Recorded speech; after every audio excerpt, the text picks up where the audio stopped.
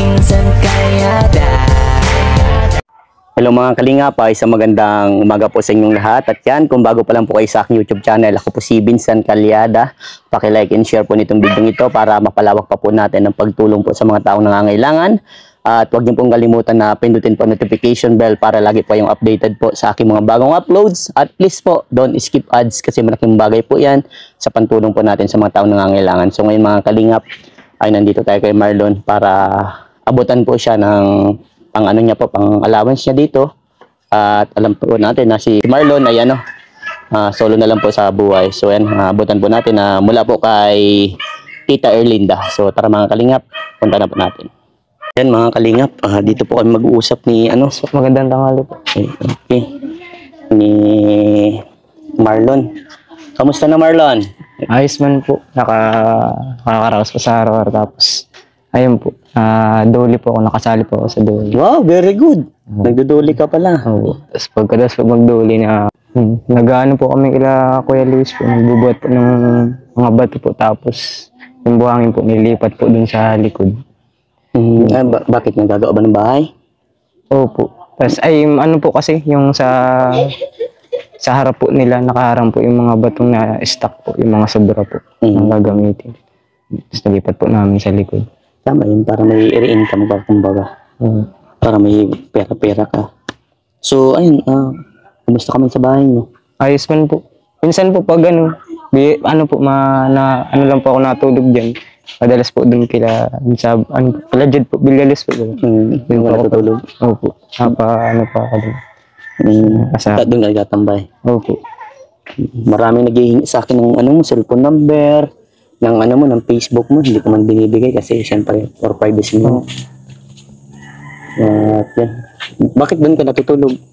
Pag ano po, minsan po boboring po ako eh. Gusto ko po minsan may makausap. Opo. Doon pa ako palagi. Alas ka maganakan mo din yan eh. Opo. Doon ka tatambay. Ano mong ginagawa niyo doon? Minsan po naluto. Luto. Babanding mo. Babanding. Ganun. Tama yan. Mas maganda yan, na may kinakausap ka. Hindi ka nag-iisa. Opo. Pag lagi ma-stay sa madilim.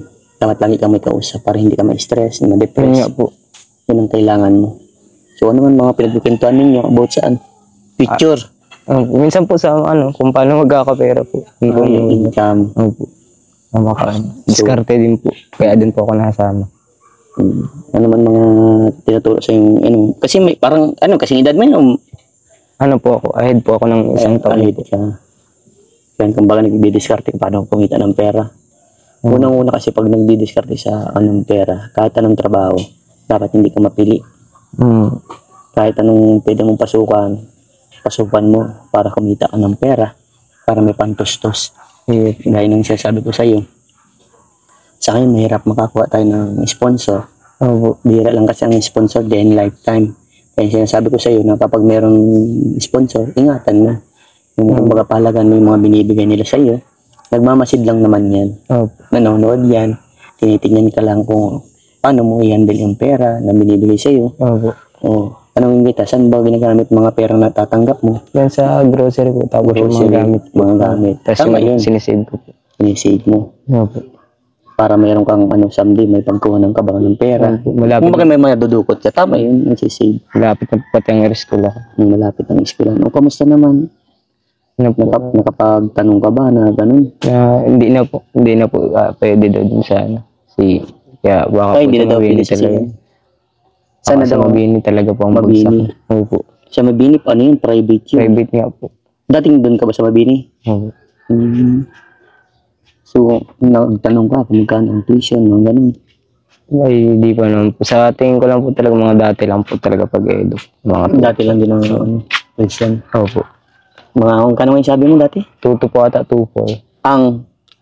Per exam po. Sa isang sem po ay nakaka-4 po. 4. Siguro mga sa, kulang-kulang kung 2, 4, ilan yun? 8. Tapos 1,6. Nasa 9,6. Mga 10,000 something din. Pang percent. Opo. So, paano mo, didiskarte yan? Mga ganun. Kaya nga po, sabi po ng iba din sa mga comment po, mag-working student. Mag-working student. Yun ang pinag-iisipan mo. Tama yun, mag-working student ka. Basta si Kuya Vincent mo, kumbaga, kahit ng bis Kuya Vincent mo, nandiyan pa rin yung pagtulong, Opo. nag-aalalay. Yun nga, hindi tayo pinapalad na lumakas ang Diyos. Kasi, ewan, darating din yung panahon na makakilala din tayo. Kung maganda lang ba, bakit hindi? Kahit tulungan kita sa pang-enroll. Diba? Kaya alam mo naman si Kuya Vincent mo, kapag tumulong, kaya grabe ang init na ngayon.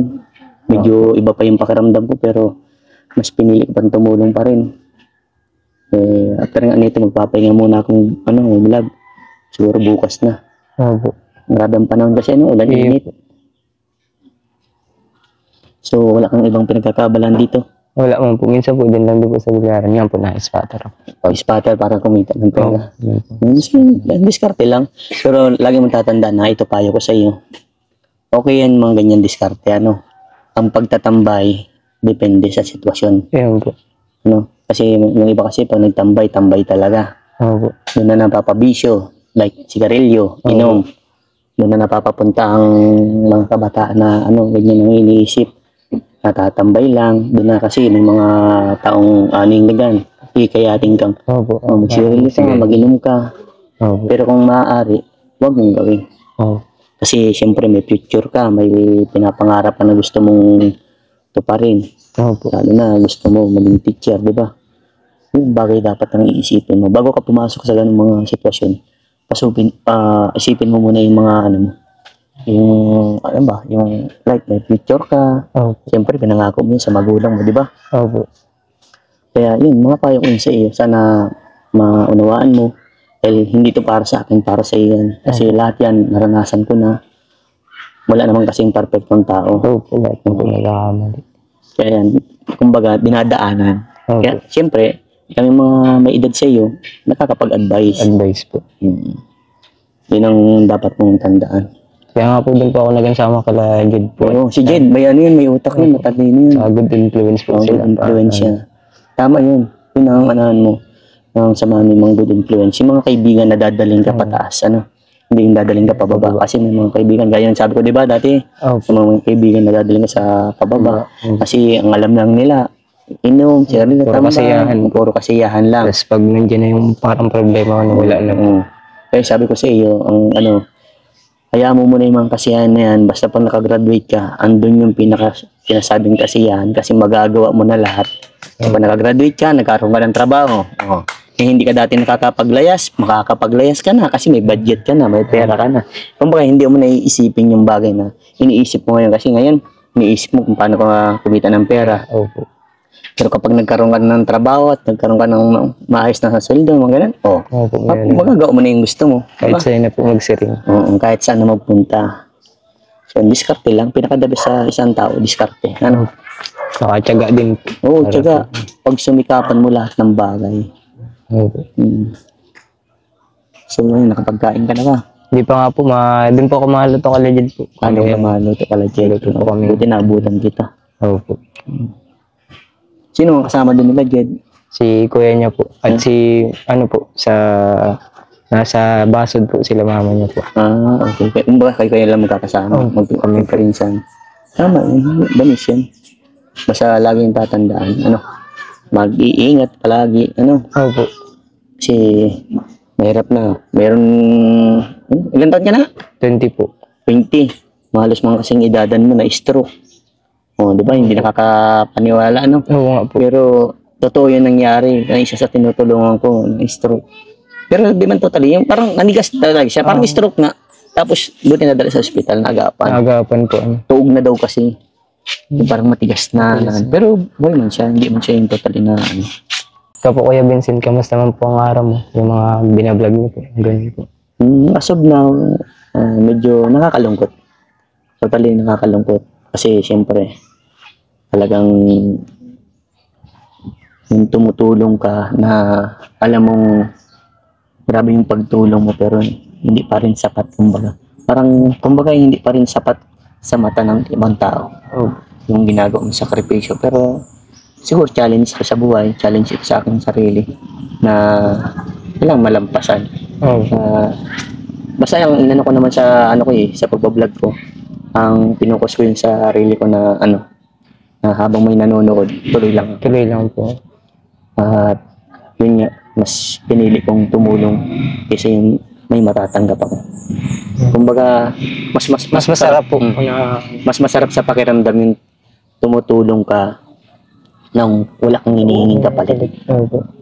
Isa lang pinakamagandang kapalit mo. Isama lang sa dalangin yung taong tumutulong. Opo. One of the best yan kasi ano yan, malaking bagay yan. Diba? Opo. Yung Sobrang isama mo sa dasal ng mga taong tumutulong sa iyo. Napakasarap sa pakiramdam yun, lalo na sa mga taong ano, na malalaman na gano'n ang ginagawa ng ano, ng isang tao sa tinutulungan na sinasama mo sa dasal. Maganda yun sa pakiramdam. Kumbaga, laking ginawa yun. ginawa. Mm. Magaan. At sa pagbablog ko naman, tuloy pa rin. Tulong ng tulong. Yung nakaraan po nga po, nagginabi na po kayo. Oo, ginabi na. Napanood mo yun, yung ginabi na ako mag-vlog. Ginabi na po. Oo. Kasama ko pa, kay Kuya Bogart yun. Si Kuya Bogart yung pinag-vlog ko. Gabing-gabi na yun. Grabe, no? Grabe yung sakripisyo. Opo, grabe. O, anong masasabi mo sa ginagawa ni Kuya Vincent mo? Talagang ano po, parang willing, talagang gustong-gusto niya po talaga din. Mga ganun po. Sincere na Sincere po. magtrabaho, Sa puso po talaga. Parang ganun po. Ganun ang ano. Pag charity vlogger kasi, wala kang pipiliing oras. Wala kang pipiliing panahon. Basta kung may nangangailangan po, sige lang po. Basta man nangangailangan tulong. Siyempre, lagi ko mga kasama si Kuya Bogart mo. Opo. Nagkataon, nagkaroon siya ng sakit. Pinuntahan ko, siyempre naawa ko. Opo. Kumbaga, senior citizen siya, wala siyang income. Paano nga mo din mag-isa lang din siya sa buhay? Opo. Yun, dating iba din yung iniisip niya. O, di ba? Dati iba yung iniisip mo. Opo, iba po yung Simulan nung nakilala kita, nakilala mo ako, anong nabago sa buhay mo. mas lumawak po yung pag-iisip po. Tapos, mas naging mapabuti. Yan, ganun din siya. Ganun din yung ginawa ko sa kanya. Na dati gusto niya ng ng buhay niya. Sabi ko, wag. Kasi hindi ka pwedeng manguna dyan. Opo. Tanging si Lord lang ang nakakaalam kung kailan ka mawawala sa mundo. Opo. Yun yung bagay na dapat tanin mo. At yan, itry mo magtanong, Opo. At malay natin, kapag mayroong biyayang dumating, matulungan ka sa pagpa-enroll mo. Opo. Di ba, may share savings ka. Opo. Tsagaan Tsagaan mo na. mo na. Support Parang self-support ka na, Opo. para mo na yung mga, di ba, siyempre, ngayon, alam mo walang masyadong tumutulong, Opo. sarili nila. Sarili na lang po. Kumbaga, mas masarap din mag-discard ng sarili Ayun nga nila. Pero mas masarap din sa pakiramdam na kapag may tumutulong. Tumutulong. Kasi, siyempre, kumbaga, hindi mo na siya hanapin, nandiyan na yung tulong. Opo. Hayaan mo at mayroong mga taong, mababait din ng kalooban, na handang tumulong sa Yun inyo. lang po. Gano'n ka yung gaya ng dati, tagyak. Opo. Di ba pag college minsan half day lang yan? Half day lang po. Nakadepende po sa schedule. O pag kunyari, half day, tapos uwi ka, pahinga ka lang konti, kain, tapos yun, tagyak ka na, pedicab ka na, para kumita ng pera. Kasi alam mo, sa pedicab, medyo kahit paano, kahit sabi natin 150 pesos, Opo, malaking bagay na siya na po. pang araw-araw mo. Pang isang araw mo. Di ba? Bili ka ng, basta lagi mo tatandaan, ito, simpleng diskarte lang ito, Marlon. Na kapag nagbili ka ng mga grocery like dilata, noodles, lagi mo tatandaan, maano kang gulay, gugulayan mo siya. Like repolyo, malunggay, whatever, talbos kamuti, para hindi ka na-apektan yung mo, Ayaw. Plus lagi mo, dapat hindi siya masyadong maalat, yung Tapos, syempre, yun nga, ba kumikita ka ng pera, bibili ka na ng mga grocery, stock mo na siya. Opo. Tapos, mo yung ito, tinuturo ko sa iyo para ma-apply mo sa sarili mo. Na ito yung ginawa ko nung panahon na nagka-college ako. Oh. Yung sabi ko sa iyo, nagdi-discard din ako para mayroon ng pamasahe. Like, bili ka ng mga dilata, mga grocery, Tapos yung pera, estimatein mo na magkano yung pamasahe mo sa daily. Tapos magkano yung kasama sa pagkain doon, yung magagastos. Yung mga expenses mo tapos yung matitira mong pera, pwede mong i-savings. O, di ba, may savings. Kasi yung masisave mo doon na pera, pwede mo magamit yun sa bayaran ng test paper, whatever, gano'n. Diba? May mga ganun pa project, sa project, ballpen, papel, bag. Yun ang malaking bagay na pwede mong pagkuhanan, yun ay mga simpleng diskarte lang, pero malaking bagay sa isang tao. Kaya yun ang tatandaan mo. So, ayan, meron sa yung pinapabot si Tita Erlinda. Nagpabot ng pagmamahal. Ipunin mo lang ng ipunin, ano. Pero yung, pag may mga pangailangan ka, bilhin mo lang ng bilhin. Opo. Para, kung gaya sabi ko, mga importanteng bagay, ano, yun ang bilhin. Bilhin po. Pero pag hindi man importante, huwag bilhin, ano. Ito para sa'yo. Pinapabot Thank ka you ni Tita Erlinda, ha. Opo. Thank you po. Dun kay, ano po, Tita Erlinda po. Oo. Maraming salamat. Itago mo lang ang pera mo, ano, save mo lang. Opo. Malaking Kaya ba po baga yung, ano po, yung gusto sa kailangan. Pag gusto, Buti na. pero mas maganda pag kailangan mo ng, ano. Oo. Buti laging natatanda yung mga sinasabi ni Kuya Benson mo. Opo. Laking bagay ba pag pinapangaralan ka? Opo. Sobrang sarap po sa, ano, tapos talagang makaiba po yung pananaw mo sa buhay. Na ibang pananaw. Unang-unang nabago sa sarili mo. Ano po, parang naging matured po. Naging matured. Wow, very good. Ang ganda yun, ha? Ito pa, may ano ako sa'yo. Alam mo ba, maraming humahanga sa'yo. Kasi, tanda mo yung una, payat ka, tapos, nag-iba ka, mas lalo ka na nagwapo. Ano masasabi mo sa kanila? Di ba? Masarap sa pakiramdam na yun, ha? Parang nababasa mo yung mga ganun na, ano, ang gwapo mo, ang bait mo, mas ganda ka daw tulungan. Ano yung masasabi mo sa kanila? Ano po, nagpapasalamat lang din po din na papansin na po yung mga ganun kong ugali. Tapos yung itsura ko po. Hindi man po masyadong ano. So, ayan. At ano pa masasabi mo sa mga nagsusupport sa iyo? Sa mga viewers mo? Kasi marami naghahanap talaga sa iyo, eh. Ano po,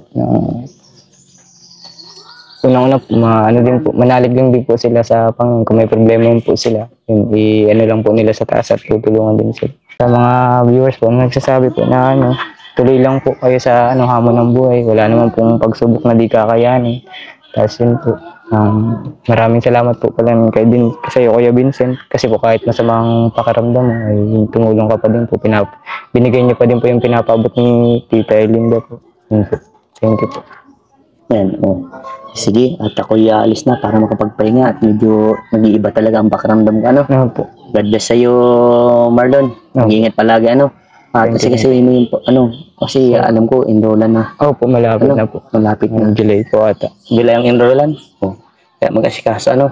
Kung wala ka pang, ano, pedicab ka, ipunin mo na para makaano ka na. Ilang araw pa. Alam mo, pitya ngayon, 18. Ilang araw pa para makapabilid ka ng ano mo, pang unang bayad. Kumbaga, down payment.